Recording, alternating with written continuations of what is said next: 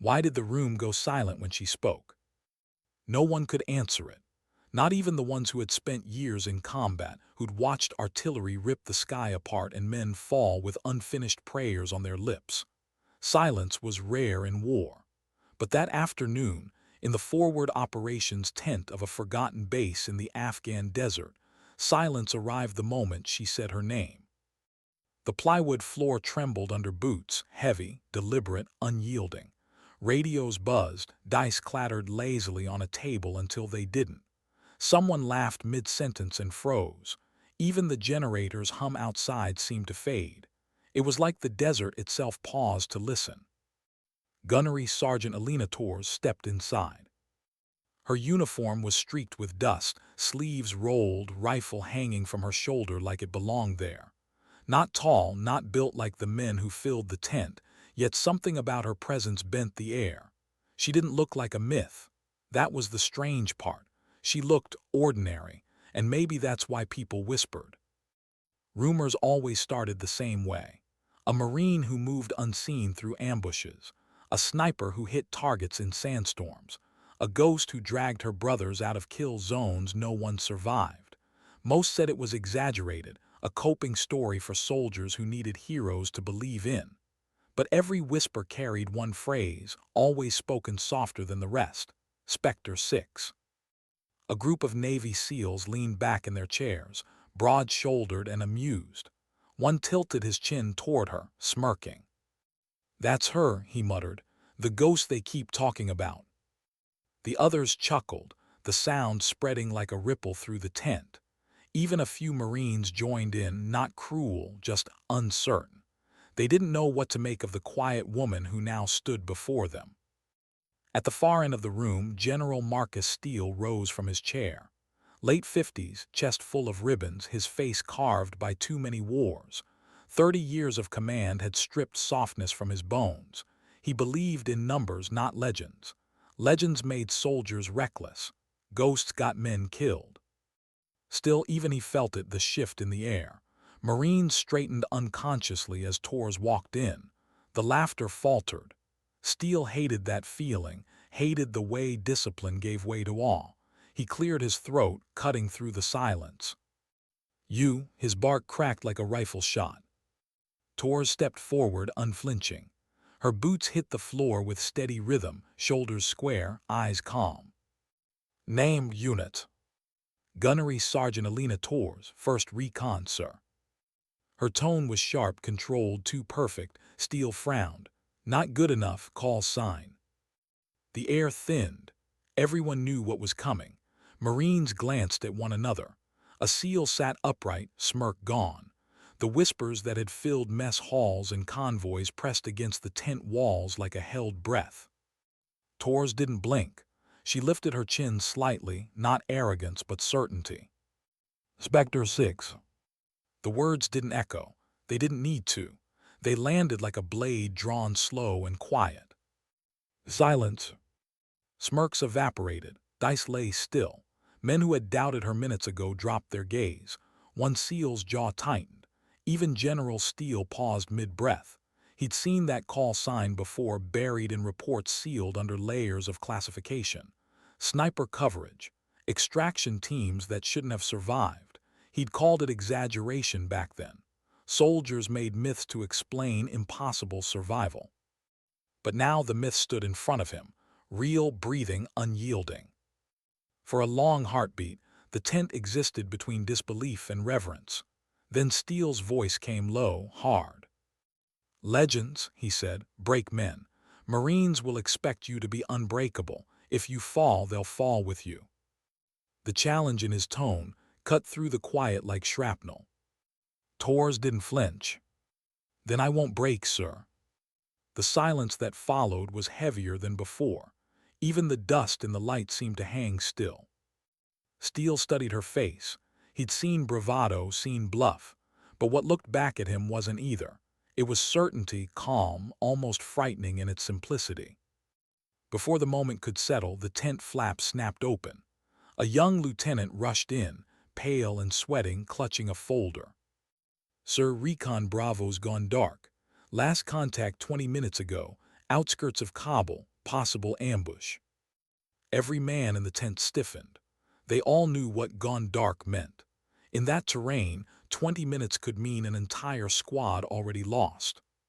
Steele didn't raise his voice. He never needed to. "Sergeant Torres," he said, his gaze fixed on her, "you're on point." The SEALs exchanged glances. Marines shifted uneasily, part dread, part reluctant trust. Torres didn't hesitate. "Yes, sir." The convoy rolled out under the dull red glow of night vision lights. Engines murmured low, tires grinding gravel. No one spoke. Inside the armored Humvee, Marines checked their rifles in silence, each motion slower than usual. You could feel the tension, not fear exactly, but that uneasy awareness that death could be a blink away. Torres sat by the side door, helmet tilted down, eyes closed. The younger Marines thought she was resting, but in her mind she wasn't sleeping. She was replaying maps, street grids, firing lanes, the rhythm of ambushes. Every trap had a pattern, every enemy left gaps. She searched for them in her mind like a puzzle she'd already solved once before. When the convoy stopped, the desert night pressed close. The smell of dust and metal filled the air. Somewhere far off, a dog barked once and then nothing. Torres lifted her hand. "Halt." They listened. She scanned the rooftops, the cracks in broken walls, the empty windows staring back. Something was wrong. The silence wasn't peaceful, it was heavy, waiting. Then it shattered. Gunfire erupted from the dark like thunder. Windows burst into flame. Bullets tore through the night, kicking up clouds of sand and concrete dust. Radios screamed. Men hit the ground. "Man down, snipers, top right. Left flank, were pinned." The kill zone closed around them, tight and merciless. Torres pressed her back against a wall, breathing steady. Her heartbeat didn't race, it slowed. In chaos, she always found quiet. That's what scared people about her. When everyone else panicked, she listened. She counted. 1, 2, 3, pattern. Burst fire, 2-second gap. Another team repositioning on the flank. The enemy was too confident. They thought they had the convoy trapped. They were wrong. Torres slid forward on her stomach, crawling through broken glass and dust. Bullets sliced inches above her helmet, snapping past her ear with a hiss. She didn't stop. Every inch was earned, deliberate, calculated. She slipped into the shadow of a half-collapsed wall and vanished. Moments later, the first rooftop sniper fell. A single shot, clean, surgical, then another, and another. The sound was barely audible beneath the chaos, but every impact shifted the rhythm of the firefight. Marines who had been pinned down noticed. The shooting slowed, staggered, confused. "She's clearing them," someone whispered. Hope, the rarest sound in a firefight, sparked. Torres moved like smoke, reappearing on another rooftop, rifle steady. The muzzle flashed once. A second sniper dropped. Her breathing never changed. Her eyes stayed calm. Below, Marines began to rise, pushing forward, dragging wounded back.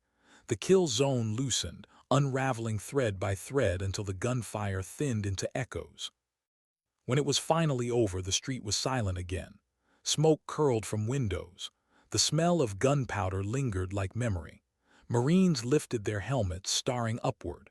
And there she was, Spectre 6, standing on a rooftop rimmed by dawn's faint light, rifle slung, eyes scanning the horizon. No cheer, no applause, just the quiet realization that they were still alive because of her. Hours later, when the convoy returned to base, floodlights washed the vehicles in harsh white. Marines climbed out, bloodied, limping, but breathing. Inside the operations tent, the atmosphere had changed. No laughter, no mockery. Steele stood at the head of the table, arms crossed. The SEALs lined the wall, silent. The Marines, the same ones who doubted her, stood stiff, their eyes following Torres as she stepped in.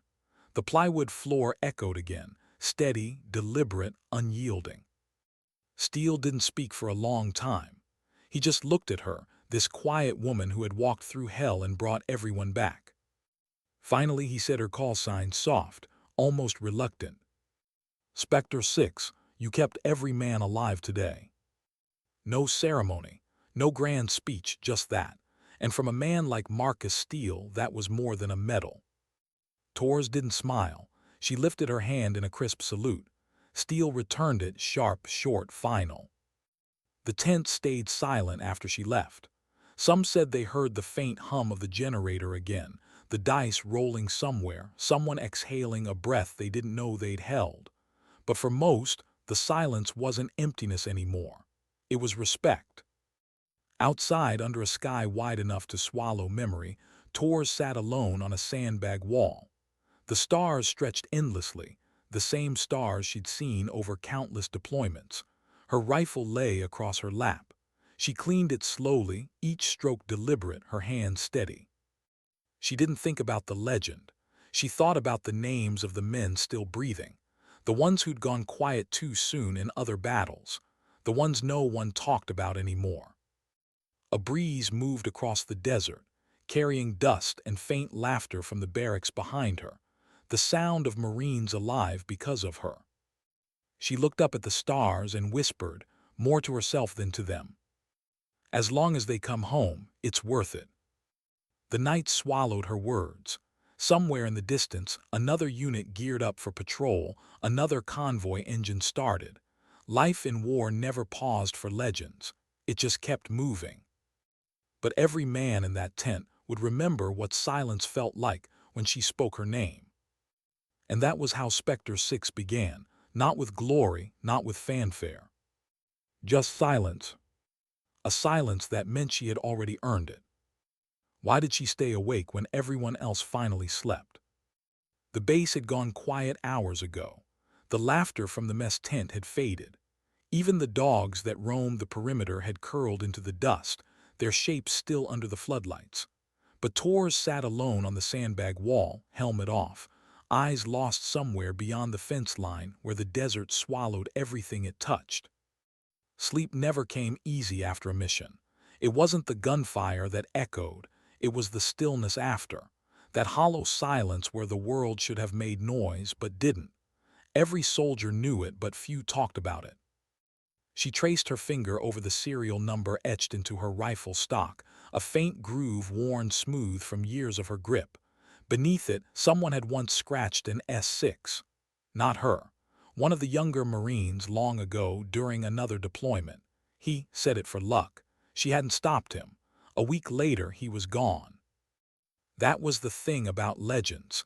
They didn't belong to the people they were built around. They belonged to the ones who needed them. Torres leaned her head back, exhaling slowly. Somewhere in the command tent, she knew Steele was awake too. Men like him didn't sleep much either. They carried their ghosts differently under medals and mission briefs. But ghosts weighed the same, no matter the rank. A low wind whispered across the compound, lifting dust like ghosts rising from the earth. At dawn, the horizon burned orange. Another day, another briefing. The war didn't wait for grief to finish breathing. Torres entered the operations tent again, the same plywood floor, the same smell of coffee burned too long on a heater. But something had changed. The glances she met now weren't mocking. They were measured, respectful, even careful. General Steele stood at the front, arms behind his back. On the wall, a projector threw satellite images across a map. Convoy routes, red markers, enemy strongholds. He didn't look at her when he spoke. Kabul sector's heating up again. Intel says they've regrouped. Same cells that ambushed Recon Bravo. They've got something new, heavy ordnance, maybe Iranian supply. He clicked a remote. The map shifted to a series of grainy stills, blurred vehicles, long barrels half covered in canvas. We can't send armor through that pass until we know what we're facing. We'll insert a two-man recon element. No noise, no trace. He turned, eyes landing on Torres. You'll lead. A murmur rippled through the room. Two-man recon in that valley was a death sentence. She didn't argue. When do we move? Steele paused, searching her face. There it was again, the certainty he couldn't explain. 0300, he said. You pick your second. She nodded once. That night she found him in the armory, Corporal Darius Shaw, 26, quiet, reliable, one of the few who didn't try to impress her. He was cleaning his rifle, earbuds in, humming something too soft to identify. He looked up, startled when she said his name. "Sergeant Torres, sorry, wasn't expecting." "You're with me tonight," she said simply. He froze. "Ma'am, that's just us." "Just us." He didn't protest, just swallowed hard and nodded. Understood. Torres studied him for a moment. He was young, but not green. His eyes carried that half-light soldiers get after a few deployments, the point where fear stops showing, but it never really leaves. She saw something else there too, a quiet steadiness. "Pack light," she said. "No chatter, no heroics." "Yes, ma'am." As she turned to leave, he asked, "Why me?" She stopped at the door. "Because you don't talk too much." He almost smiled. "Fair enough." At 02:45 the desert was bone cold. The sky spilled with stars so sharp they looked like cracks in the dark. The two figures moved like shadows, no headlights, no radio. Their boots sank softly into the sand. They reached the ridge an hour before dawn. Below them, the valley stretched wide, pale under the moonlight. Half-collapsed structures dotted the landscape, what used to be an abandoned village. Torres set her pack down, lifted binoculars, scanning the terrain. Heat signatures flickered faintly on the display, 5, maybe 6. She adjusted focus. Trucks, barrels, movement. "See it?" she whispered. Shaw nodded. "Looks like they're building something, mortars." "Bigger," she murmured. "Look at the spacing, that's artillery. They're prepping to hit the main route." He swore under his breath. "How do we stop that?" "We don't. We mark it, get out, let steel bring in the strike." She started to move, but something in the stillness caught her eye, a reflection. Small, brief, high up. "Sniper," she hissed. "Down." A heartbeat later, the first shot cracked the air. The bullet hit a rock where her head had been seconds earlier, showering grit across her cheek. Another shot followed. The ridge wasn't safe anymore. "Move," she ordered. They slid down the slope, boots digging into loose stone. Another shot kicked up dust inches from Shaw's leg. He stumbled but kept moving. At the base, Torres grabbed his arm and pulled him into the shadow of a broken wall. "You good?" He nodded, breathing hard. "Close one." "Too close, they knew we'd come." Her voice was calm, but inside, something twisted. Someone had leaked intel. There was no other explanation. They waited until the shooting stopped, hearts thudding in sync with the slow tick of the watch strapped to her wrist. The wind hissed through the ruins, carrying whispers that sounded almost human. "Ma'am," Shaw said softly, "why do they call you Spectre 6? She didn't answer at first. Her eyes scanned the horizon, but her thoughts were elsewhere. "You ever lose someone out here, Shaw?" He hesitated. "Yes, ma'am." She nodded slowly. "Then you already know. A specter's what's left after everything else is gone." He didn't ask again. When the moon dipped low, they began to move. Every step deliberate, every sound measured. Torres led through the ruins, her rifle steady, breath shallow. They reached the edge of the village and crouched near a half-buried truck. From there she could see it clearly now. 4 artillery tubes, camouflaged under netting, guarded by a dozen men.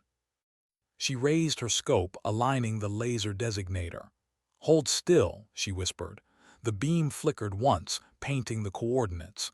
"Strike package will need 10 minutes once we transmit." "Copy," Shaw said. But before he could finish, a voice barked in the distance. Foreign, harsh, then another. "They've seen us."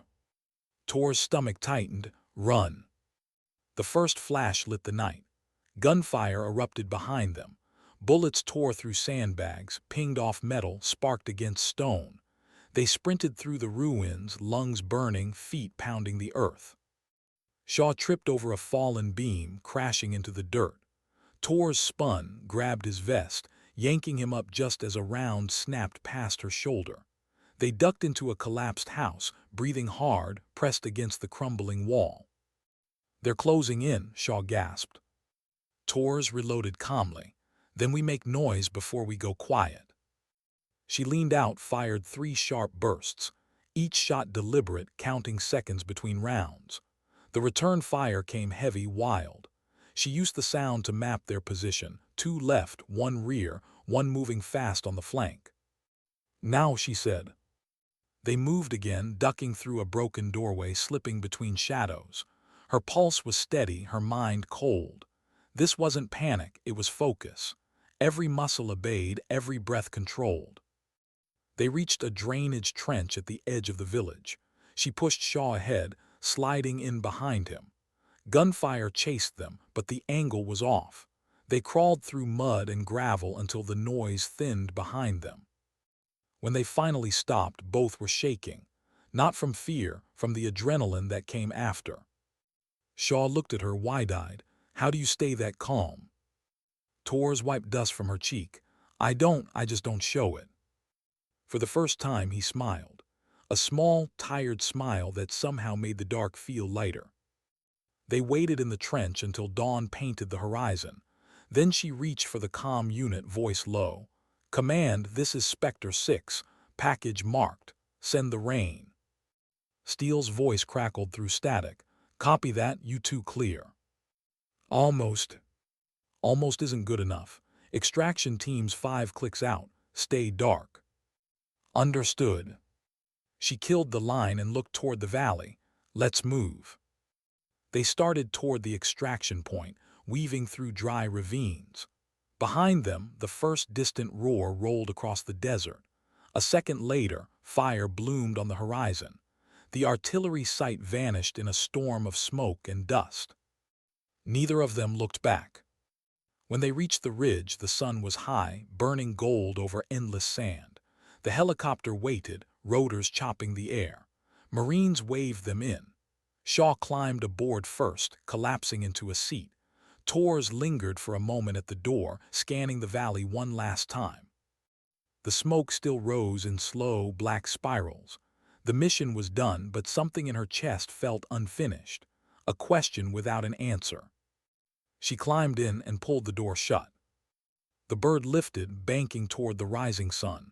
Shaw leaned his head back, exhausted, eyes half closed. You ever get used to it? He asked. She shook her head. You're not supposed to. The wind roared through the open gun port, whipping her hair across her face. She looked out over the valley, at the place where ghosts would soon gather again, and thought of all the names that would never make it home. Her voice, barely audible over the engines, carried like a prayer. Sometimes the quiet after a mission feels louder than the fight. The pilot didn't hear her. Shaw didn't either. But maybe the desert did. Maybe it carried the words somewhere they could rest. As the helicopter disappeared into the endless light, the smoke below twisted into strange shapes, like specters rising from the ruins. And for the first time in a long while, Elena Tors closed her eyes. Not in peace, not yet, but in acceptance. Why did her name show up in a report she never wrote? 3 days after the Valley strike, Gunnery Sergeant Elena Tors sat alone in the dim glow of the operations tent, eyes fixed on a single folder stamped classified. The paper smelled faintly of oil and sweat, like everything that passed through this place. She had read the page twice already, and both times her stomach turned colder. The report described her mission, her and Corporal Shaw's recon insertion, but it wasn't written by her, and it didn't match what had happened. According to the document, Spectre 6 had disobeyed direct orders, engaged hostile forces without clearance, and risked compromise of classified coordinates.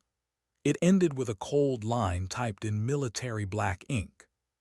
Subject under review for operational misconduct. She read that line again and again, like she could erase it just by staring harder. Outside, engines rumbled. Helicopters came and went. The war didn't pause for politics, but inside her chest something shifted. A slow burn of disbelief, then anger, not the loud kind but the quiet, controlled sort that always ran deeper. Steele hadn't told her, not yet. which meant someone else had filed it first. Someone wanted her name buried under doubt. She leaned back, hands steady on the edge of the table. She'd been in the Corps long enough to know how shadows worked. Enemies didn't always wear different uniforms. Sometimes they sat across the same table. The tent flap opened and Shaw stepped in, his face drawn tight with exhaustion and worry. "You got a minute?" Torres looked up, tucking the file under a stack of maps. "What's wrong?" He hesitated. "They're saying the strike, it hit a civilian compound 2 clicks east. Intel error." Her pulse stilled. "Casualties?" "They don't know yet."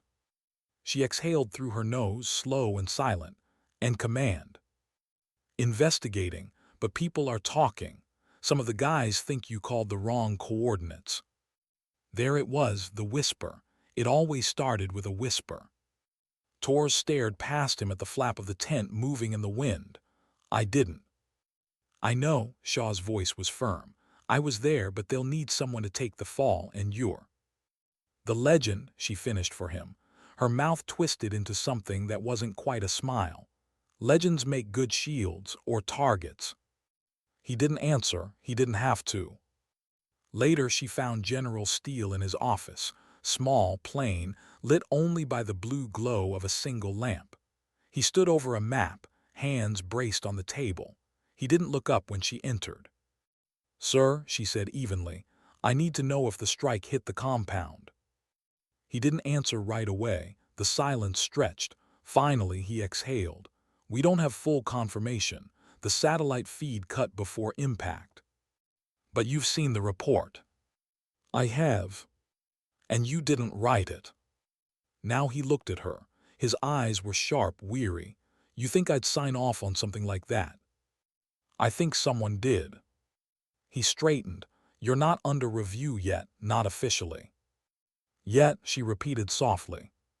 He studied her for a long moment. "You knew the risk of going dark out there.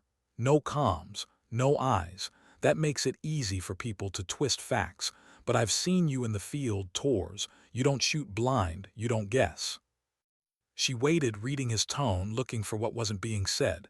There was more, always more. He rubbed a hand across his face. "There's pressure from higher up.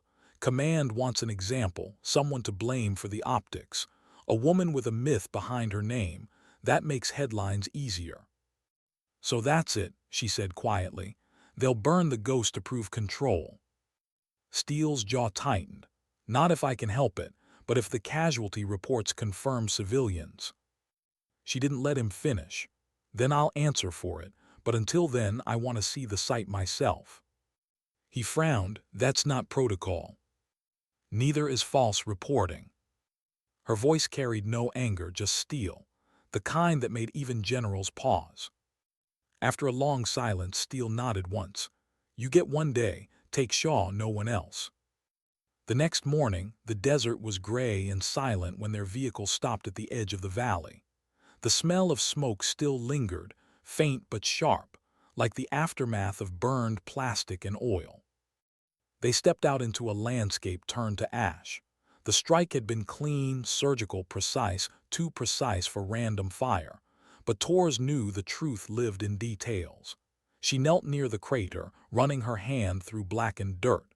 The heat had fused sand into glass. "Anything?" Shaw asked, scanning the ridge. She didn't answer. Something caught her eye, a piece of twisted metal half buried near the blast line. She brushed dust off it and turned it over. A U.S. marker plate, drone guidance tag, serial number scratched out. Her throat went dry. "This wasn't an intel error," she whispered. "Someone spoofed the coordinates, fed the drone a false uplink." Shaw frowned. "Why would anyone?" "To bury it, to bury us." The air seemed to thicken around them. Far in the distance, a truck engine growled faintly, too faint, too slow. "Get down," Torres hissed. They hit the dirt just as a burst of automatic fire ripped through the silence. Bullets tore into the burnt sand, snapping sparks off the glassy edges of the crater. "Ambush," Shaw shouted, rolling behind a half-melted barrier. Torres crawled forward, scanning through her scope. 3 no 4 hostiles moving from the ridge, not locals, 2 organized, tactical spacing Western gear. She felt a chill crawl up her spine. These aren't insurgents. Shaw ducked as another round slammed into the sand beside him. Then who the hell? She didn't answer. She was already moving, low and fast, circling wide to flank them. Her boots left almost no trace. In the haze, she looked like she was dissolving into the heat. One target broke off to reload. That was his last mistake. A single suppressed shot dropped him. The others hesitated just long enough for her to close the distance. 2 more bursts. Silence. When it was over, the wind carried nothing but dust. Shaw crawled up beside her, panting. They came prepared. Tors knelt beside one of the bodies, pulling the scarf off his face. The man's features were pale, foreign, not Middle Eastern. His vest bore no flag, no patch. But in his pocket she found a metal badge fragment. Black Ops insignia. No unit name, just a number. Shaw swallowed hard. Hours. She nodded once. Hours. They made it back to base just before dusk. The compound glowed amber in the fatting sun, soldiers moving through routine motions. To anyone watching, nothing looked unusual, but inside the Humvee, neither of them spoke a word. In the operations tent, Steele was waiting. One look at their faces and his expression darkened.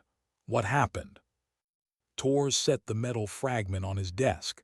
Friendly fire, sir, but not the kind that misses. He stared at it, silent. Then quietly, "You're telling me we were hit by our own." "I'm telling you someone wants this mission erased. The report, the casualties, everything." Steele rubbed his temples. "Jesus Christ." "Sir," Shaw said, his voice low, "they tried to kill us out there. Whoever filed that report." "Has reach," Steele finished for him. "This goes higher than any of us." For the first time, Tors saw uncertainty in the general's eyes. Not fear, disgust. He paced once, then stopped. "If what you're saying is true, command's compromised. We can't take this up the chain, not yet."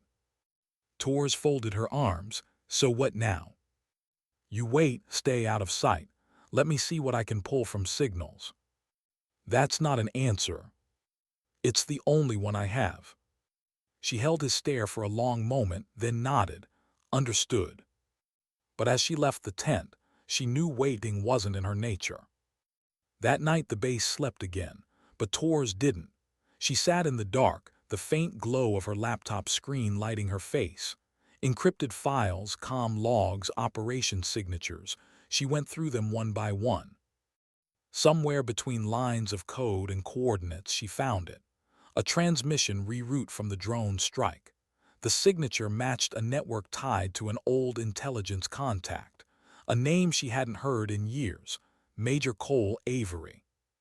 Once he'd been her commanding officer, a man she'd trusted, the man who had given her the call sign Spectre 6. She stared at the name, her chest tightening. "Why you Cole?" The cursor blinked back at her, cold and silent. In the barracks, Shaw stirred awake as the door creaked open. Tors stood there, already geared up. "Ma'am," he muttered, rubbing his eyes. "We're going hunting," she said quietly. "For who?" "The man who taught me everything I know." Shaw sat up, the weight of her words settling like dust. "You think he sold you out?" She didn't answer. Her silence was enough. He stood, pulling on his vest. "Then I'm coming." Tors gave him a look, part warning, part gratitude. "You don't have to." "I know," he said. "That's why I should." Outside, the night was cold, the stars distant and sharp. Engines purred low as they slipped into the dark, leaving the safety of the wire behind. Somewhere out there, in the shifting black of the desert, waited the truth, ugly, necessary, and alive. As the vehicle disappeared over the ridge, the desert swallowed its sound, leaving only the whisper of wind and a single unspoken question hanging in the night. What happens when the ghost decides to haunt the living? What do you do when the person who trained you becomes your enemy? The desert rolled endlessly beneath the Humvee's tires, silver under moonlight. The sound of the engine was the only rhythm between them. Tors sat in the passenger seat, helmet off, hair tied back, eyes scanning the horizon as if expecting ghosts to rise from the sand. Shaw drove in silence, one hand on the wheel, the other resting on his rifle across his lap. Neither had slept in 24 hours. Neither had said more than 10 words since leaving base. Words felt dangerous now. Words made things real. Ahead, the mountains rose like black teeth. Somewhere beyond those ridges, Major Cole Avery was waiting or hiding. It was hard to tell the difference. Tors hadn't seen him in 4 years. The last time he'd stood in front of her at a promotion ceremony, a faint smile on his weathered face. "You've earned your place, Tors," he'd said, pinning the sergeant's chevrons to her sleeve. "Don't let anyone tell you ghosts aren't real." Back then, she'd thought it was a compliment. Now, it sounded like a warning she'd misunderstood. The map on the dash showed a signal trace, a shortwave burst triangulated to an abandoned communications outpost near the eastern ridge. Avery's signature. He hadn't even bothered to hide it well. That wasn't arrogance. It was invitation. Shaw finally broke the silence. "You sure you want to do this without Steele's clearance?" Tors kept her eyes on the horizon. "We already passed the point of permission." He hesitated. "If it's really him, what then?" Her voice was quiet, steady. "Then we find out why." She didn't say what came after why. Maybe she didn't know yet. The outpost came into view just before dawn. A squat collection of concrete shells and twisted antennas, long abandoned to dust. But as they approached, a single light flickered in one of the buildings, weak, yellow, deliberate. "He's here," Shaw whispered. Tors nodded. Circle wide, no direct approach. They dismounted, moving on foot, keeping low between rusted vehicles and half-buried debris. The air was cold, biting against their faces. Every step sank into the soft dirt with a dull crunch. When they reached the side entrance, Tors raised a hand. "Stop." She listened, wind, a faint hum of generator power, then footsteps, slow, heavy. One man, maybe two. She signed to Shaw, "Cover left." He nodded, shifting position. Tors eased the door open, rifle ready. Inside, the room glowed dimly under a hanging bulb. Dust hung thick in the air. On a table near the far wall, a stack of maps and a half-open laptop blinked with faint light. And standing beside it, calm, deliberate, was Major Cole Avery. He hadn't aged much. Same close-cropped hair, same posture, rigid but effortless. His sidearm rested on the table within easy reach, but his hands were open. "I was wondering how long it would take you," he said, voice even, almost weary. Tors stepped fully inside, rifle lowered but ready. "You didn't hide your signal." "No," he said. "I wanted you to find me." Shaw entered behind her, gun trained. Avery glanced at him, then back at Tors. "The kid loyal." "Enough," she said. "Good, you'll need that." She took a slow breath. "You sent the false coordinates. You knew what the strike would hit." Avery's jaw flexed. "I didn't choose the target, I just redirected it." "Redirected," she echoed, the word sharp, "to where civilians were sheltering." "Civilians being paid to move Iranian shells through that sector," he snapped, his voice cracking for the first time. "You think the lines between combatants and bystanders still mean anything out here? You've seen the streets, Tors. You've seen what happens when command waits for clean data." She took a step forward. "You killed them to protect a cover-up." He shook his head slowly. "No, I killed them to protect a war you still believe in." The silence that followed was suffocating. The wind outside moaned through the cracked windows, filling the spaces between their words. "You were like me once," he said, "believing in the mission, believing in orders, but you've been out there long enough to know the truth. We don't fight to win anymore. We fight to maintain. We clean up headlines, not battlefields." Tors' grip tightened on her rifle. "And that gives you the right to decide who lives." Avery smiled sadly. No, Sergeant, it gives me the burden. Shaw spoke up, voice trembling. You're justifying murder. Avery's eyes flicked toward him. You think murder stops at the front line, Corporal. You think dropping a drone strike isn't murder because a general signs it first. Enough, Torres snapped. The Major's gaze softened. I taught you to see patterns, remember, to read the space between chaos and control. Look around, Alina. You're surrounded by ghosts of decisions just like that. You became a legend because I sent you where others wouldn't go, because I made you disappear when it suited command. Her breath hitched, not visibly, but enough for him to see it. You think they made you Spectre 6 because of your aim. No, because you were invisible, disposable, you still are. Torres lowered her rifle an inch. Then why warn me? Because I owe you, he said simply, and because I know what they'll do next. You were supposed to die in that valley. You didn't. That means they'll try again. Shaw shifted uneasily. Who's they? Avery looked toward the window, the dawn light painting half his face in gold. A new division, Shadow Command, private contracts under the Pentagon's nose. They feed data to both sides, shape outcomes, profit from chaos. I tried to stop it once. They sent me here instead. Exile, Torres murmured. Exactly. You stumbled into their operation. Now you're a loose end. She stared at him for a long time. So help me stop them. He smiled faintly. It's not that simple. They control the feeds, the chain of intel, even your own reports. You're already the narrative, the rogue Marine who went too far. Shaw clenched his jaw. Then we go public, tell the press, someone will listen. Avery shook his head. You don't understand. They'll erase you before you get a signal out. Torres raised her weapon again, her voice low. Then give me something I can use. Names, proof. For the first time, Avery's composure cracked. You still think you can fix this? You still think truth means anything in a system built on denial? Truth isn't for the system, she said. It's for the ones who still care. Something flickered in his eyes, regret maybe.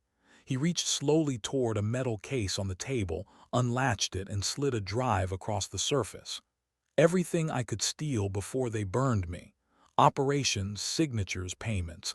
It's enough to start a fire. Torres kept her aim steady as she picked it up. The drive was small, black, cold to the touch.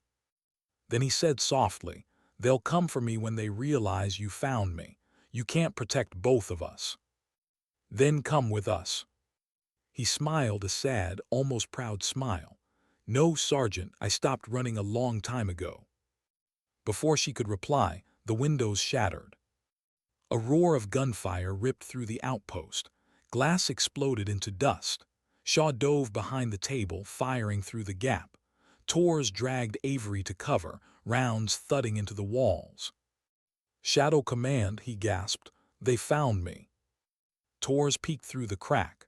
4 vehicles blacked out, rolling in from the ridge. Muzzle flashes flared like lightning. She turned to Shaw. We hold until I signal. Copy. Bullets chewed through the walls. Plaster rained down. Torres fired controlled bursts, cutting through the chaos. Shaw covered the flank, his breath ragged but focused.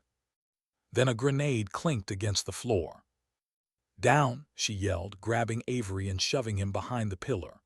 The blast tore through the room, deafening, filling it with smoke and dust. When her hearing cleared, she heard Shaw's voice, faint but steady. I'm good, left side clear. She coughed, eyes burning, and turned toward Avery, only to find blood blooming across his chest. No, she whispered, pressing a hand against the wound. Stay with me. He smiled weakly, coughing. Guess they were faster than I thought. Don't talk. He reached up, gripping her wrist with surprising strength. Keep the drive safe. Trust Steele. He's not part of them. Cole. Don't let them turn you into what I became. His eyes dimmed, but the faintest trace of peace crossed his face. You were the best thing I ever built, Alina. And then he was gone. She stayed there for a long moment, her hand still on his chest, until Shaw's voice broke through the haze. "We have to move." Tors nodded once, closing Avery's eyes. Then she rose, eyes cold, calm, unflinching. They fought their way out through the smoke, precision and fury blended into one. The remaining assailants fell quickly, their silence marking the end of the ambush. Outside, the first light of dawn painted the desert gold. Tors stood beside the Humvee, the flash drive clenched tight in her fist. The world looked unchanged, same wind, same sand, same endless horizon. But inside her, something fundamental had shifted. She looked down at Avery's body in the dirt. For all his darkness, he had been right about one thing. Ghosts were never meant to live in daylight. Shaw joined her silent. He didn't ask if she was okay. They both knew better. As they drove away, she watched the outpost shrink in the mirror until it was swallowed by the dunes. Her voice came low, almost a whisper. "You build a legend to make sense of the war, but sooner or later the legend starts building you." Shaw glanced at her. "What happens then?" She looked straight ahead, eyes hard. "You decide who you're going to be, the ghost they made or the soldier you still are." The desert didn't answer. It never did. But somewhere behind them, the wind carried the faint sound of a single loose door creaking in the ruins, like the echo of a man's last words. Why did everyone look away when she walked back into base? It wasn't loud. It wasn't chaotic. It was worse. It was quiet, too quiet. The kind of silence that only existed when everyone already knew something they weren't supposed to say. The Humvee rolled to a stop under the floodlights. Dust swirled around it, glowing like smoke in the lamps. Gunnery Sergeant Alina Tors stepped out, boots hitting the gravel with a heavy thud. Shaw followed, shoulders tense, eyes scanning the yard. Something felt off. The sentries at the gate avoided her gaze. The Marines near the motor pool paused mid-conversation, watching just long enough to recognize her, and then turned away. Whispers moved faster than wind out here, and this time the whispers weren't all. Tors adjusted the strap of her rifle and walked toward the operations tent. Shaw trailed behind, his jaw tight. "Ma'am," he muttered, "they know." "I know," she said quietly. When she entered, General Steele was already waiting. The tent lights cast long shadows across his face, cutting the lines deeper than usual. A folder sat on the table in front of him, black seal, thick pages. "Shut the door," he said. Tors did. Steele didn't waste time. "Avery's dead." Her voice didn't change. "I know. We tracked a shortwave transmission. You were there." "I was." He studied her. "You didn't tell me you were leaving base. You said wait. Waiting gets people killed." His brow furrowed. "You disobeyed a direct order." She met his gaze without flinching. "I followed the right one." He slammed a fist onto the table. The sound cracked through the tent like thunder. "Damn it, Tors. You think this is a movie. You think you can just decide who's guilty." Her voice stayed low, calm, cutting through his anger like glass through cloth. "You know I'm right." Steele's chest heaved once, then stilled. "What did you find?" She reached into her vest, pulled out the small black flash drive and set it on the table between them. "Everything. Shadow Command, payment logs, operation codes, even the names behind the false strike orders." Steele stared at it like it was a live grenade. "You understand what happens if this is real." "I understand what happens if we ignore it." For a moment neither spoke. Outside, a gust of wind rattled the tent. Finally he said, "I'll need to verify it quietly. Until then you don't speak of this, not to anyone." "Sir, they'll come for it, for us." His jaw tightened. "Then we'll be ready." She nodded once, and Shaw. "I'll transfer him to Bravo unit. Keep him off the radar." Tors hesitated. "He's good." Steele's eyes softened for a fraction of a second. "So are you. But right now, you're a liability to everyone who stands too close." That truth hurt more than she expected. The next 24 hours passed in a fog. The base carried on like normal morning drills, supply checks, radio chatter. But beneath it all, there was tension. The kind of tension that made soldiers glance over their shoulders too often. Tor stayed in the barracks, cleaning her weapon, her hands moving with mechanical calm. The others gave her space. She wasn't sure if it was respect or fear anymore. Maybe both. That night she walked to the outer wall. The desert stretched beyond, endless and silent. She could still smell the outpost burning in her memory. Avery's last words replayed over and over. "Don't let them turn you into what I became." She didn't know if she could keep that promise. Behind her, footsteps. She turned, hand instinctively finding her rifle grip, but it was Shaw. "Relax," he said quietly, stepping into the light. "Shouldn't you be with Bravo?" "I should," he said, "but I'm not." Tor sighed. "You shouldn't be here." "Neither should you." He leaned against the wall beside her. The air between them was heavy, thick with the unspoken things that only people who'd survived together understood. For a long time, they didn't say anything, just listened to the wind scrape across the fence. Finally, he said, "They're not going to let this go, are they?" "No," she said softly. "They'll make it disappear, me included." Shaw exhaled slowly. "So what's the plan?" Tors looked out into the dark. "Steele's verifying the data. If he confirms it, he'll have to take it up the chain." "And if he does?" She turned to him. "Then we go public." He blinked. "That's suicide." She almost smiled. So was Kabul. The next morning she woke to shouting. Boots on gravel, the sound of a vehicle door slamming. Tors threw on her gear and stepped outside. 2 military police vehicles were parked near command. 4 MPs stood in formation, rifles slung, faces hard. Steele stood between them and the tent entrance. Tors approached cautiously. "What's going on?" Steele's expression was unreadable. "Orders from Division Command. You're being detained for unauthorized operations and the death of Major Cole Avery." The words hit like a punch, but she didn't flinch. "You know that's false." "I do," he said quietly, "but this isn't about truth anymore." One of the MPs stepped forward. "Ma'am, please remove your weapon." Shaw appeared at the edge of the yard, frozen in disbelief. "Sir, this is wrong." Steele's voice hardened. "Corporal, stand down."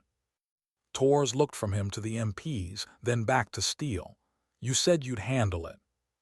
He didn't answer. His silence said everything. Slowly she unstrapped her rifle and placed it on the ground. "You're making a mistake." "I know," he said. They cuffed her hands behind her back and led her toward the vehicle. Shaw started forward, but Steele grabbed his arm. "Don't. You'll make it worse." As they drove her away, Tors didn't look back. The holding cell was cold and dim, concrete walls sweating with condensation. She sat on the cot, back straight, mind racing. 2 guards stood outside the door. Beyond them, faint voices echoed down the hall, someone on a radio, someone laughing. The sound felt wrong in a place like this. She replayed everything in her head. The mission, the ambush, Avery's death, the drive. Somewhere between truth and lies, her name had become a weapon. Hours passed. No one came. Then finally the door opened. Steele entered alone. She rose slowly. "You look tired, sir." He didn't smile. "I don't have long. They're transferring you to Bagram for tribunal review." "So it's official," she said. "I'm the scapegoat." He hesitated. "I pulled the data from the drive. It's real, every word, but the higher-ups already knew." Tor's breath caught. They knew. They buried it years ago under private contracts. Avery wasn't lying. Shadow Command isn't rogue, it's sanctioned. The air seemed to drain from the room. Steele leaned closer, voice low.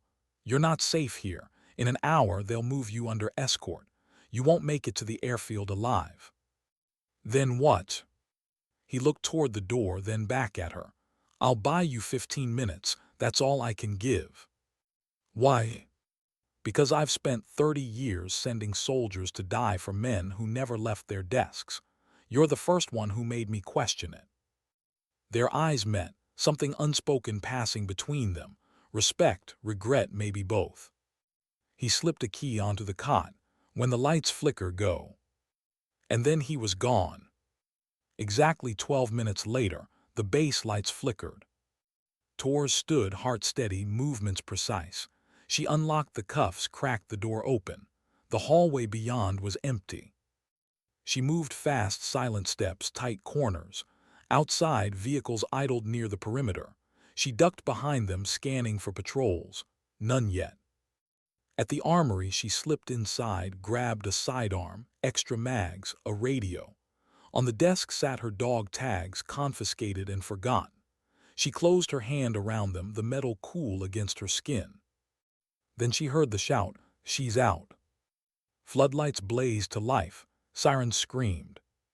Tor sprinted across the yard, bullets cracking the air. She vaulted a barrier, rolled behind a truck, fired 2 precise rounds, tires exploded, smoke filling the lot. She ran through it, slipping into the dark beyond the wire. Shaw was there, waiting, engine running, headlights off.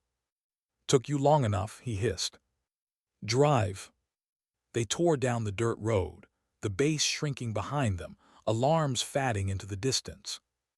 Neither spoke for several miles. Finally, Shaw broke the silence. "So, we're fugitives now." "Looks like it." "Any plan?" "Get this to someone who will listen."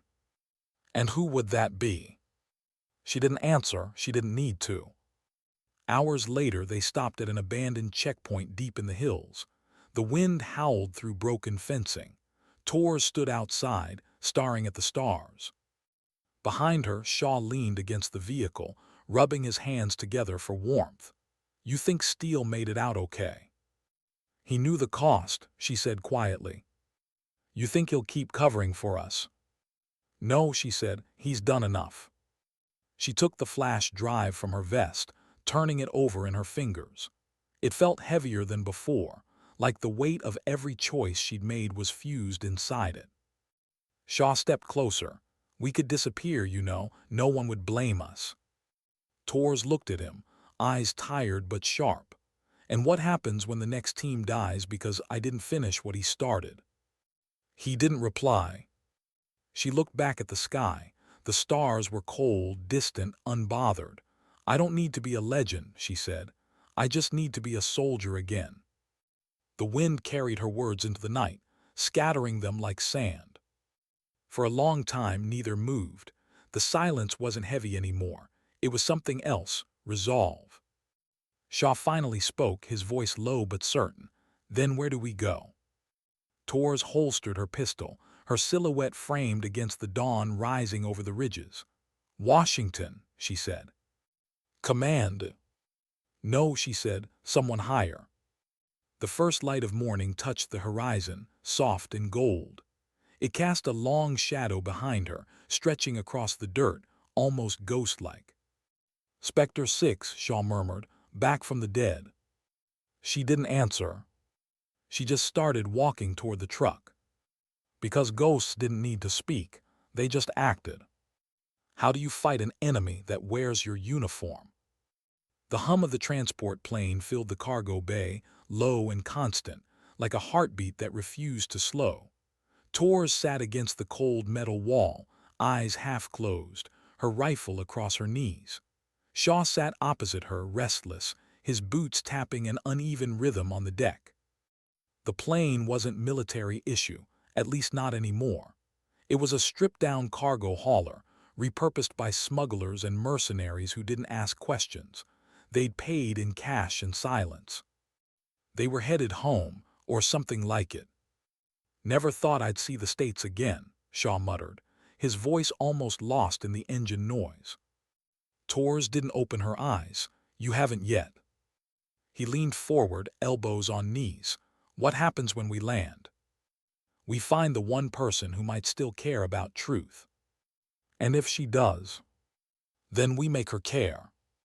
He wanted to ask who she meant, but the tone in her voice told him not to. There was a plan forming behind her calm, something dangerous, deliberate. Outside, the world beneath them was dark ocean, the thin line of dawn creeping over the edge of the earth. 2 days later, they stood in Washington, D.C. Not the part tourists saw, the clean marble and shining glass, but the quiet outskirts where abandoned warehouses stood like forgotten promises. They'd been ghosts crossing borders, no passports, no IDs, no paper trail. Just a name that still carried whispers across the military grapevine. Spectre 6. Torres had contacts here, people who owed her favors, or feared her enough not to refuse one. They met an old intelligence officer named Burke in a diner that smelled like burnt coffee and rain. He sat in the corner booth, gray suit, hair gone white, hands shaking just enough to betray age or guilt. "You shouldn't have come," he said without preamble. Torres slid into the seat across from him. "You used to say that every time I called." "This time I mean it. You're radioactive, Torres. They've painted you as rogue. Shadow Command controls the feed. They've already scrubbed your records. Then we start new ones." He shook his head.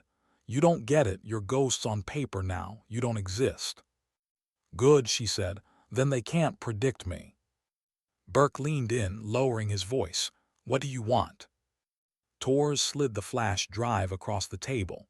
"You have clearance for internal review boards. You can get this into defense oversight." He looked at it, then at her. "You're assuming they don't already own defense oversight." "They don't own you." He almost laughed, but it came out as a cough. "I'm retired. You think anyone listens to old ghosts like me?" Torres' gaze didn't waver. "They will when the right names show up on that drive." He hesitated, studying her face, the same calm certainty that had once made her a legend. Finally, he nodded. "I'll see what I can do." When he reached for the drive, she pulled it back an inch. "If this disappears, Burke." He raised his hand. "It won't, you have my word." She let it go. Shaw watched in silence, his hand resting near his sidearm under the table. He trusted Torres completely, but he'd seen too many good people become collateral when power shifted. As they left the diner, he asked, "You trust him?" Torres adjusted her coat collar against the wind. "No, but I trust his fear." That night they checked into a rundown motel off Route 29. One bed, one flickering neon light, one TV with no signal. Torres sat by the window, blinds half open, watching the reflection of headlights slide across the glass. Shaw sat on the edge of the bed, restless again. "How long do we wait?" he asked. "Until Burke calls. And if he does, then we move without him." He sighed. "You ever get tired of always having to be right?" She almost smiled. "Every day." The silence stretched. It wasn't uncomfortable, but it was heavy, weighted with things neither of them wanted to admit. Finally, he said, "You think about what comes after." "There is no after," she said softly. "Not for people like me." He looked down. "You really believe that?" "I've outlived too many ghosts to believe otherwise." He studied her face, the faint scars near her temple, the lines that came not from age but from years of holding it all together. "You're not one of them," he said quietly. She didn't respond. Sometimes denial was just another kind of hope. The call came at 2:47 a.m. Torres answered on the first ring. Burke's voice was tight. "They know, someone leaked the meeting, you need to get out now."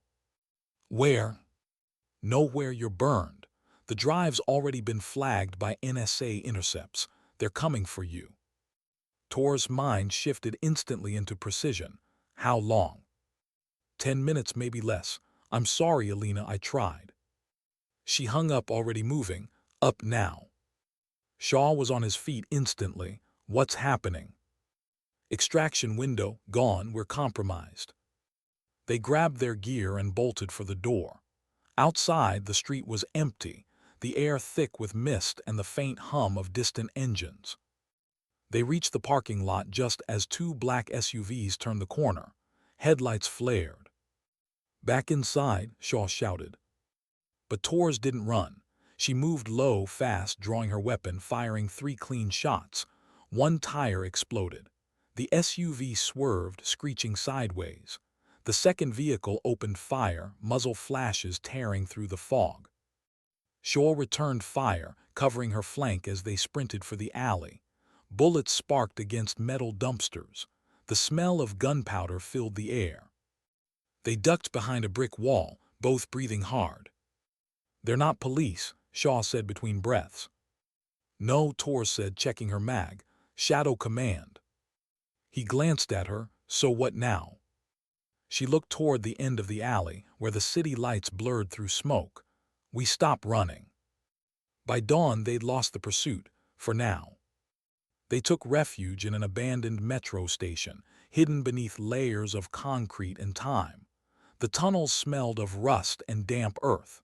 Their footsteps echoed faintly, swallowed by distance. Torres sat against a column, reloading. Shaw paced, restless as ever. "This is insane," he muttered. "They're everywhere. They have satellites, drones, full control of surveillance feeds. We can't win like this." Torres looked up. "Then we change the game." "How?" She pulled the flash drive from her pocket. "We leak it, not to command, to the public." He froze. "You mean dump it online?" "Full exposure, every document, every name." "That's treason, Torres." She met his eyes, calm but unyielding. "Then let history decide what to call it." He shook his head. "You'll destroy everything, the core, your career." "My career ended when they put chains on me," she said. "The core, it'll survive truth, it always does." Her voice softened. "But the people they hurt, the soldiers used like pieces on a map, they deserve better." Shaw didn't answer right away. Finally, he said quietly, "If we do this, there's no going back." She nodded. "Good." He laughed once, humorless. "You really don't break, do you?" "Not until it matters." They found a satellite uplink buried deep in the metro control room. Old, rusted, but functional. Shaw worked the console while Torres stood guard, listening for the faint hum of movement above. "Signal's weak," he muttered. "Might need a boost." "Do it." He hesitated. "Once this hits, it'll go everywhere, no undo button." She gave a small nod, then let it echo. He hit enter. The screen flickered, then lines of code cascaded across it. File after file transmitted into the global feed, bouncing between encrypted servers. Somewhere above them, alarms would already be sounding. Torres felt it before she heard it, the tremor of distant boots, the faint vibration of vehicles on the street overhead. "They're here," she said. Shaw's fingers flew over the keyboard. 2 more minutes. "Make it 1." He grinned despite the fear. "Yes, ma'am." Gunfire cracked through the tunnel entrance. Shadows moved, flashlights slicing through the dark. Torres knelt behind a column, firing in controlled bursts. The muzzle flashes lit her face in strobing light, focused, cold, alive. Shaw shouted, "Upload complete." "Copy that, move." They sprinted deeper into the tunnels. Behind them, explosions rippled through the air as grenades tore apart the uplink station. But it didn't matter now. The files were out. The world would know. When they reached the lower exit, Shaw stopped, gasping. "You think it'll make a difference?" Torres looked back toward the smoke rising from the tunnel. "Maybe not, but they can't bury ghosts forever." Hours later, news stations across the world began to break the story. Leaked documents reveal secret U.S. Shadow Division, operating outside command structure. Evidence ties high-ranking officials to rogue strikes, civilian casualties. The footage looped, anonymous whistleblowers, redacted memos, satellite images. But what caught the public most was one line, buried deep in the documents. Report compiled by field operative, Spectre 6. And just like that, the legend was reborn. In a safe house outside Baltimore, Torres watched it all unfold on a cracked TV screen. Her face wasn't shown, no photos existed anymore, but her call sign was everywhere. Shaw stood behind her, arms crossed. "You did it." "No," she said softly, "we did it." "Then why do you look like we lost?" She turned off the TV. "Because someone always pays the price for truth. We just don't know who yet." He nodded slowly. "What now?" Torres looked out the window. Rain had begun to fall, soft, steady, cleansing. "Now we disappear." He smiled faintly. "Specters again." She didn't smile back, but her voice carried a hint of warmth. "Maybe this time we disappear for the right reasons." Outside, the storm deepened. She watched it for a long moment, her reflection merging with the rain-streaked glass. Somewhere in the blur of thunder, she whispered, "Sometimes the only way to fight a system built on silence is to become its echo." How much truth does it take to break the world? It had been 5 days since the leak. 5 days since one name, Spectre 6, ignited headlines, divided governments, and made soldiers whisper in corners again. Outside, the world was unraveling. News anchors spoke in clipped tones, military analysts filled airwaves with outrage, and the word treason became a currency of confusion. Political committees demanded answers. Some denied everything. Some demanded her capture. Some called her a hero. But in the small Baltimore safe house, the noise was distant. The world's chaos felt like it existed on another planet. Torres sat on the edge of a bed, the glow from a cracked TV flickering across her face. She wasn't watching anymore. She didn't need to. The truth was out, and the truth had teeth. Shaw entered quietly, carrying 2 mugs of coffee. The steam curled through the air, faint and bitter. "World's lost its mind," he muttered. Torres didn't respond. He handed her a mug anyway. "They're calling for hearings, oversight panels, whistleblower protections." He almost laughed. "Half the generals are pretending they didn't know. The other half are scrambling for retirement." She took the coffee but didn't drink. "And Steele." He hesitated. "There's a report he's under investigation. Leaking classified intel, obstruction, you name it." Torres looked down at the mug, watching the surface tremble in her hand. "He bought us 15 minutes. That's all he owed me." "You think he'll make it?" She didn't answer. The truth was, she wasn't sure she wanted to know. Some debts were better left unsettled. Outside, a siren wailed in the distance. Some ordinary city noise, but both of them tensed anyway. It was instinct now. Fear disguised as readiness. Later that night, Torres walked alone to the rooftop. The rain had stopped, leaving the world slick and shining. From up here, the city looked almost peaceful, tiny headlights crawling through the wet streets, windows glowing like embers. Peace was always an illusion. She learned that in too many deserts, too many alleys that smelled like dust and blood. She closed her eyes, letting the cold air fill her lungs. For the first time in years, she didn't feel the weight of command or expectation. What replaced it wasn't freedom, it was emptiness. The kind that came after you finished something that was supposed to save you but didn't. Footsteps behind her, Shaw. He stood beside her without speaking. The silence between them had become its own kind of language. Finally he said, "They're looking for us, you know that, right?" "I do." "Interpol, Defense Intelligence, even private contractors. You really pissed off everyone at once." "Good," she said softly. He gave a short laugh. "That's one way to look at it." Torres glanced sideways at him. "You can still walk away, find a new name, new life. They'll stop hunting you eventually." He shook his head. "Not a chance. You'd last 5 minutes alone." "I lasted before you." "Yeah," he said quietly, "but you weren't you back then. You were Spectre 6. There's a difference now." She looked back out at the skyline. "You think she's real, the ghost everyone talks about."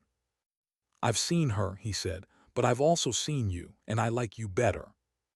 For a moment, something soft broke through her calm, a small, fleeting smile. Then it was gone. The next morning, the safe house phone rang, a sound they both froze at. They hadn't given the number to anyone. Tors picked it up slowly, her hand steady despite the spike of adrenaline. "Who is this?" A voice she didn't expect answered. "Elena." Her breath caught steel. "It's me," he said. His voice was low, hoarse. "You were right. Shadow Command's falling apart from the inside. The files you leaked, there's no putting that fire out." "Where are you?" "Doesn't matter." A pause long enough to mean pain. "They'll come for me soon. I've bought you some time. You and your corporal need to move again." "Steele." Don't say my name again. They're tracing everything, just listen." Tors clenched the phone tighter. "I'm listening." "There's a meeting, behind the hearings. Same men who built Shadow Command. They're planning to restructure it under a new name. Different flag, same agenda." Her jaw tightened. "Where?" "Langley, 48 hours." He coughed, the sound sharp and wet. "I sent coordinates through a dead drop in Arlington. You'll find it. Don't trust anyone else. You end this, Tors, for good." The line went dead. Shaw looked at her. "Was that?" "Yes." He studied her face. "You think it's a trap?" She nodded once. "Definitely." "Then why do we go?"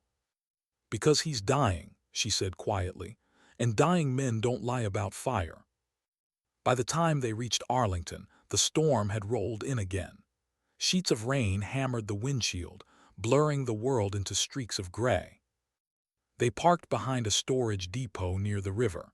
Inside one of the rusted lockers, Tors found a sealed envelope. Inside, a single key card and a small note in Steele's handwriting. "End it clean." No coordinates, no explanations, just that. She folded the note once, slipped it into her pocket. "Langley it is." Shaw frowned. "You're talking about walking into CIA headquarters with half the intelligence community trying to kill us." "I know." "Good, just making sure you're aware." She gave him a look, a small, humorless spark that passed for a smile. "I've been aware for a long time." The city glowed wet and hollow that night. They moved like shadows through the rain, blending with commuters and streetlight reflections. Langley's outer perimeter was a fortress of concrete and glass, but Tors didn't plan to storm it. She planned to haunt it. Through a chain of side access points, she found a path through a maintenance conduit used by contractors. Shaw kept lookout as she bypassed the first electronic lock, her hands steady, her breathing measured.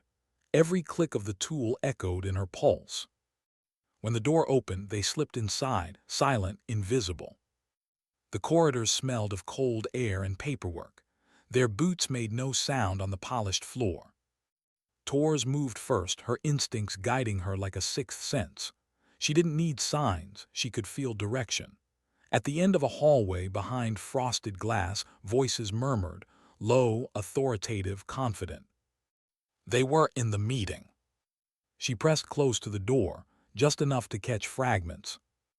Containment priority, public distraction already working, the Spectre file will be neutralized.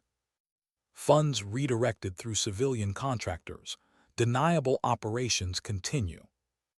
Her jaw tight, they hadn't learned, they just adapted. Shaw whispered, "We get evidence right, no violence."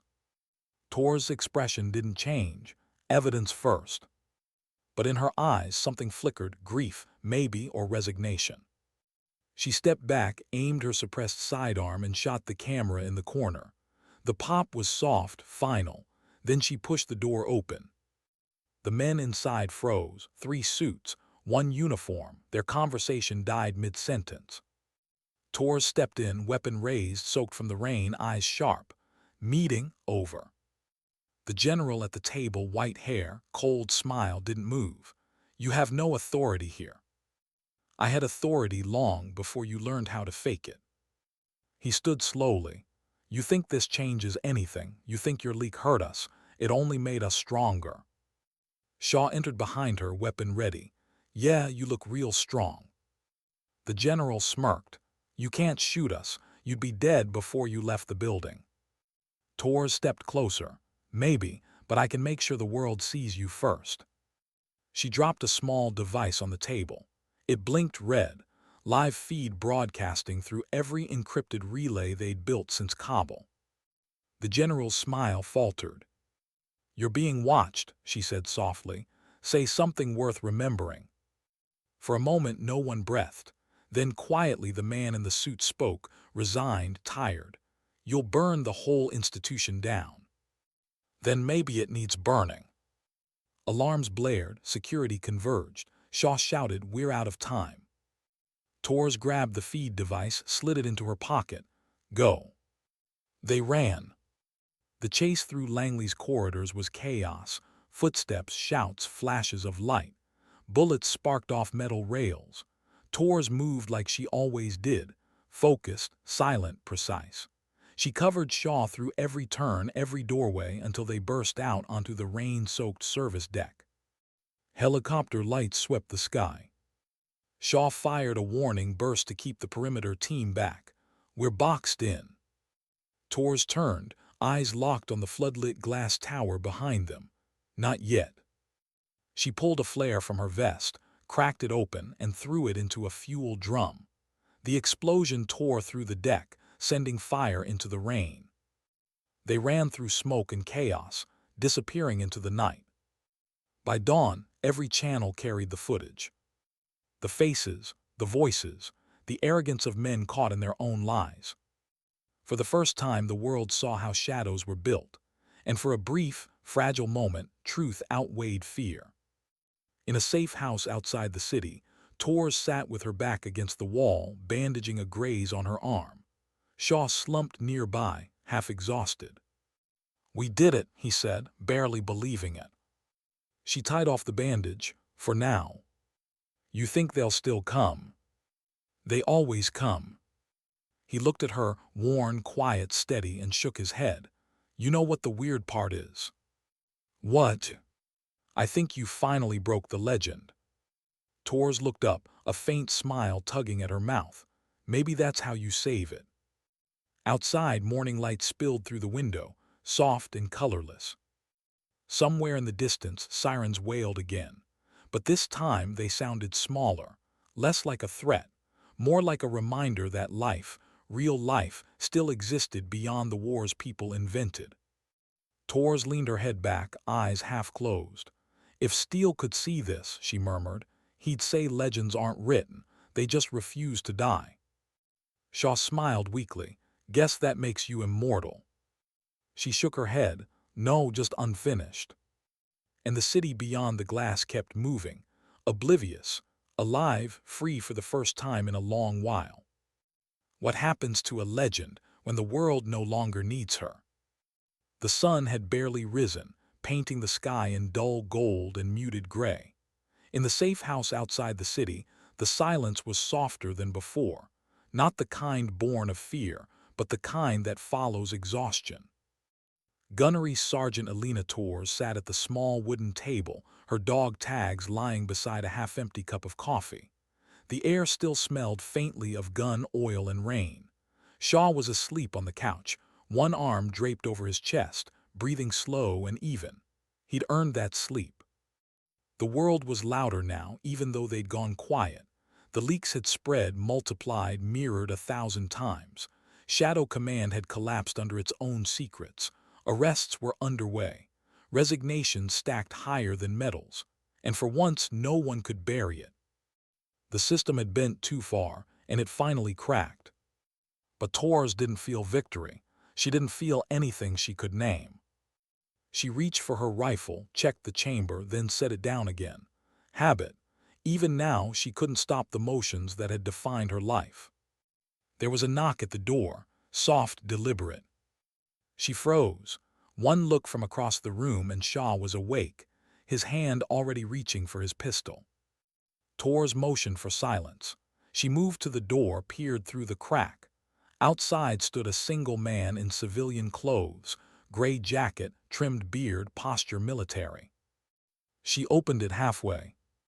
"Ma'am," he said quietly, "name's Kellen Price. I work with the Senate Intelligence Committee. I'm not here to arrest you." Torres said nothing. He took a slow breath. "We've read everything. The files, the recordings, the footage. What you did, it's changing things.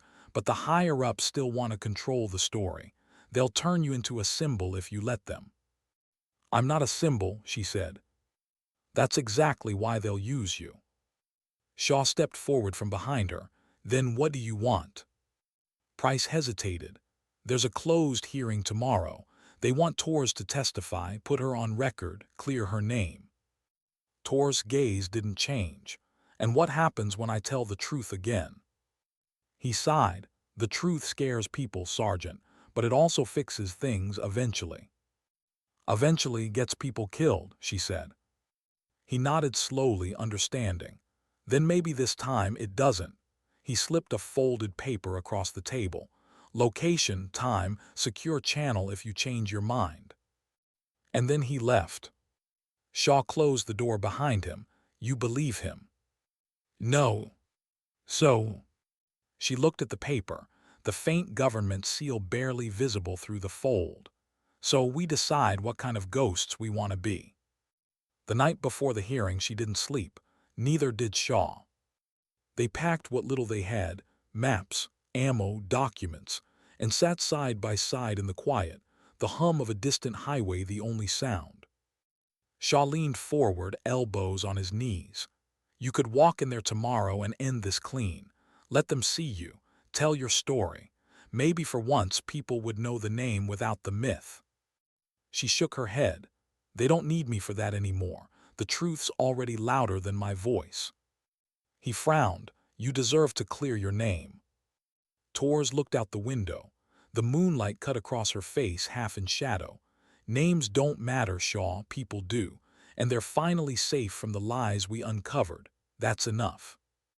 He wanted to argue, but the tone in her voice, the calm finality of it, stopped him. She stood, checked her weapon, then slipped her dog tags into his hand. "If anything happens, you disappear. You start over." He stared down at the tags. "Don't do that." "Do what?" "Say goodbye like you already know how this ends." She almost smiled. "We both knew how it would end the moment we left base." He didn't say another word. He just held the tags tight, like holding them might change the outcome. The next morning, Washington was gray and restless. Helicopters thumped overhead. Streets buzzed with reporters and security details. The hearings had become theater, everyone wanting to be seen standing on the right side of history. Torres walked through the city in a plain coat, head down, blending into the crowd. Every face looked tired, every voice hollow. She wondered if they'd ever understand what the truth cost. At the end of a long avenue stood the Capitol dome, sharp against the washed-out sky, a symbol of order, of ideals, of all the things men like Avery and Steele and herself had once believed in without question. She stopped across the street, watching from the shadows. She could go in. She could stand before them and speak. She could clear her name and let them make her a headline, a cautionary tale, a myth that fit into their version of justice. But that wasn't why she'd done any of this. She turned away. By dusk she was gone. Shaw found the note hours later, tucked into the edge of the window frame. Her handwriting was neat, deliberate. "You were the last good thing left in this war. Keep moving, keep believing, don't look for me. Some stories don't end. They fade so others can begin."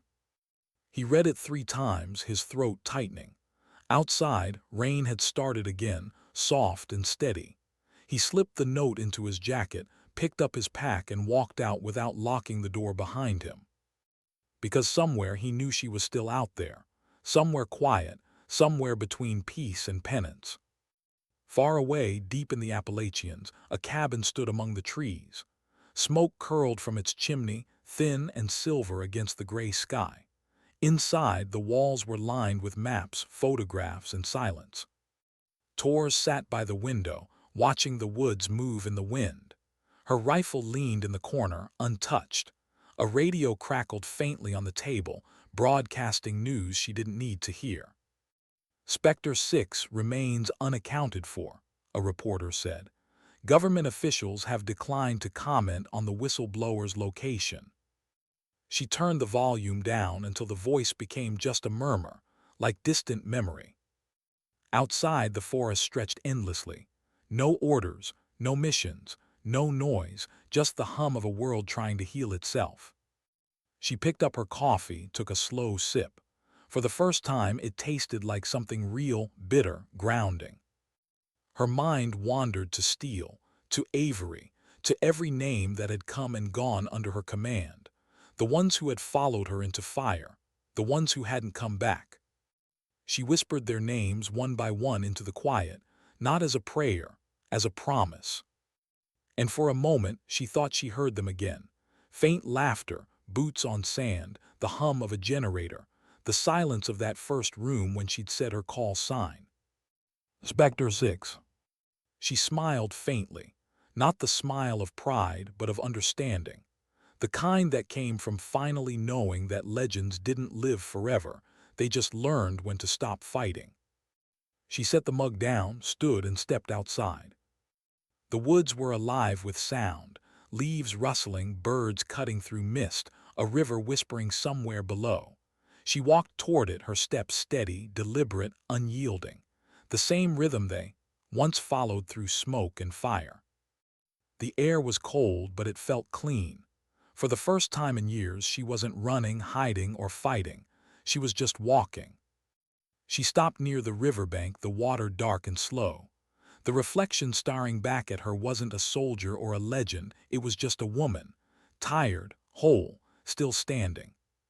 She pulled the dog tags from her pocket, her spares, the ones she'd never worn after that last mission, and held them in her palm. The metal was warm from her touch. For a long time she said nothing, then softly, "Sometimes dignity doesn't speak, it simply acts." She let the tags fall into the river. They sank quickly, vanishing beneath the surface with barely a sound.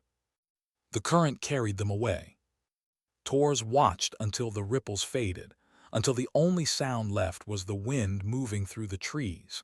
Then she turned back toward the cabin.